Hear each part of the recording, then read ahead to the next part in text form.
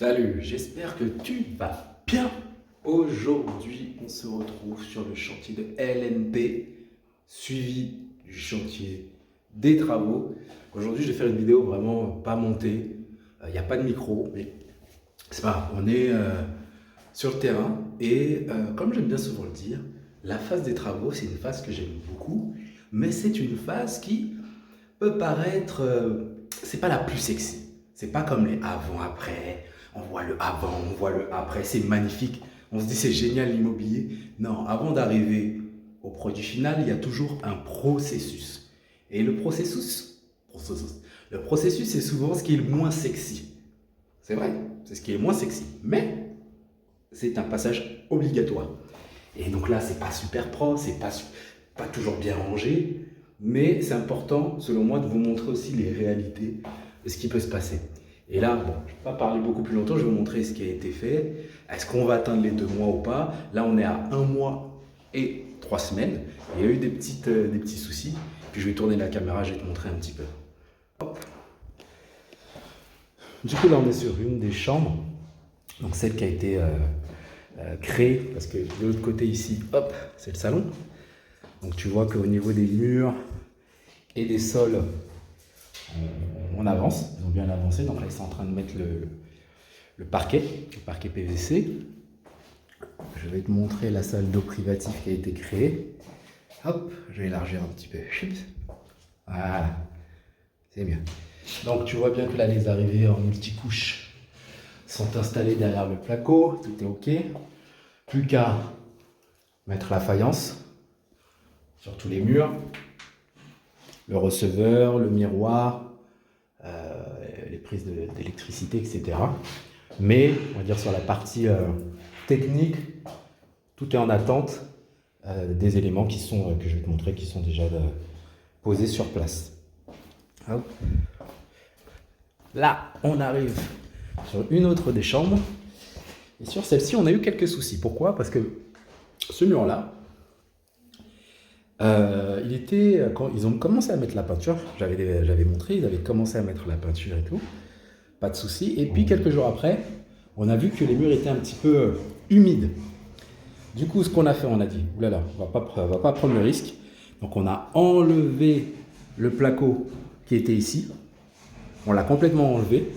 Enfin, les gars l'ont complètement enlevé, ils ont mis tout ce qui est traitement humidité, on a rajouté du placo. Et du coup, on a dû refaire la peinture. Donc ça fait perdre un petit peu de temps. Ça, c'est les aléas. Tout n'est pas parfait, mais donc, du coup, ça a dû être refait. Et refaire, du coup, toute la peinture. Les sols. Il y a aussi une grosse problématique sur les sols. C'est quoi? C'est qu'ils avaient, les clients que j'accompagne, ils avaient pris un PVC chez Leroy Merlin. Et le gars de Leroy Merlin avait dit que dans ce sol PVC, il y avait une sous-couche. Il y avait une sous-couche intégrée. Ok, le parquet était bien, il n'y a pas de problème. Ils sont venus le poser à l'appartement. Les gars ont commencé à poser le parquet et ils se sont aperçus que c'était bizarre. Au niveau, quand ils marchaient, il y avait des creux, enfin, c'était pas terrible.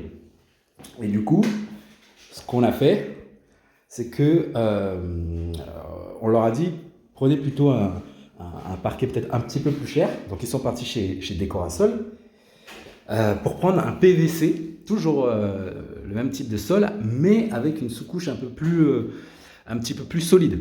Attends, je vais essayer de voir s'il n'y a pas... Hop, sur ce genre de...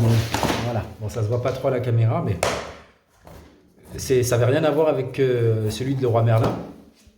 Et du coup... là, ils ont pu le poser.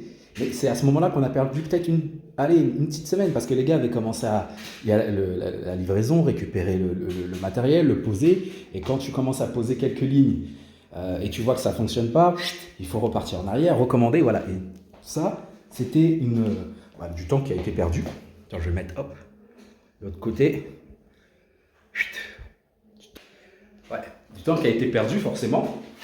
Mais ça fait partie du jeu. Hop, plutôt de ce sens-là. Ça fait partie du jeu, c'est comme ça. Mais là, comme tu peux le voir, je vais te montrer le salon.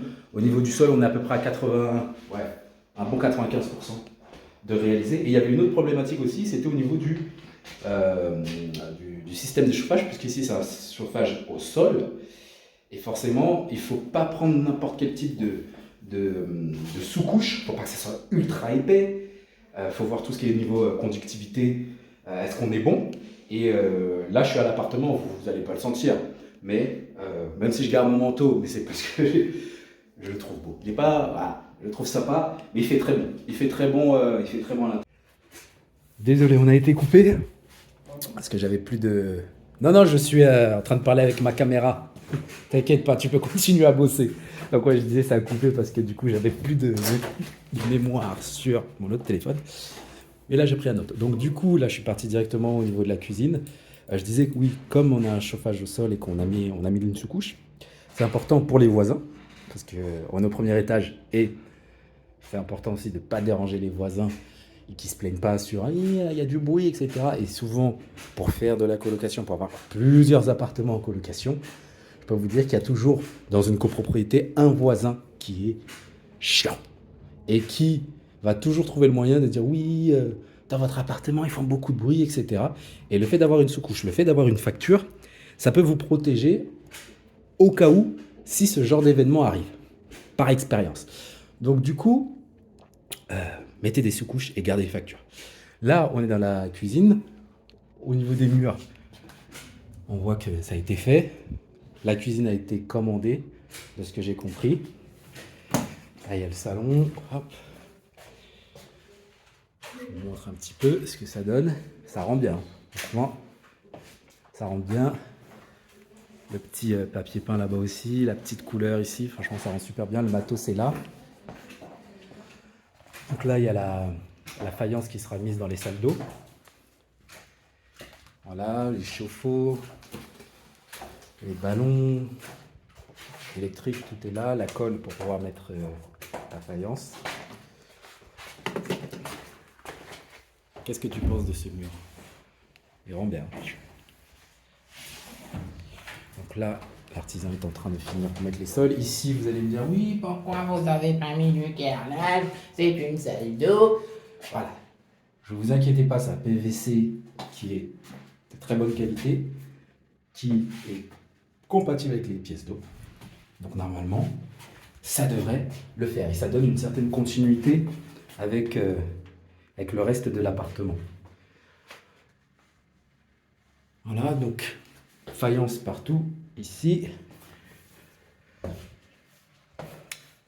Le WC suspendu, j'ai vu que le support, je ne vais pas déranger notre ami artisan, mais que le support, le bâti pour le WC suspendu a été installé. Toujours des petits pans de mur de couleur pour donner un petit peu de peps, un peu de vie. Moi j'aime bien, ça rend bien, c'est des belles couleurs. Un beau vert. Et sur cette pièce-là, il n'y a que cette pièce-là où le sol n'a pas encore été fait. Mais voilà, pour revenir au délai, les 2 mois là, les 2 mois. Ah oui, il y a aussi eu un autre problème. C'est, vous savez, quand vous demandez un déblocage des fonds auprès des banques, parfois c'est très rapide, parfois ça l'est moins. Il suffit qu'un conseiller parte, a oublié de transférer à une autre personne, la facture reste là et pendant une semaine, 10 jours, rien n'a été fait. Et forcément, si les équipes travaux n'ont pas les sous pour pouvoir commander le matériel, bah forcément, il y a un petit peu d'attente.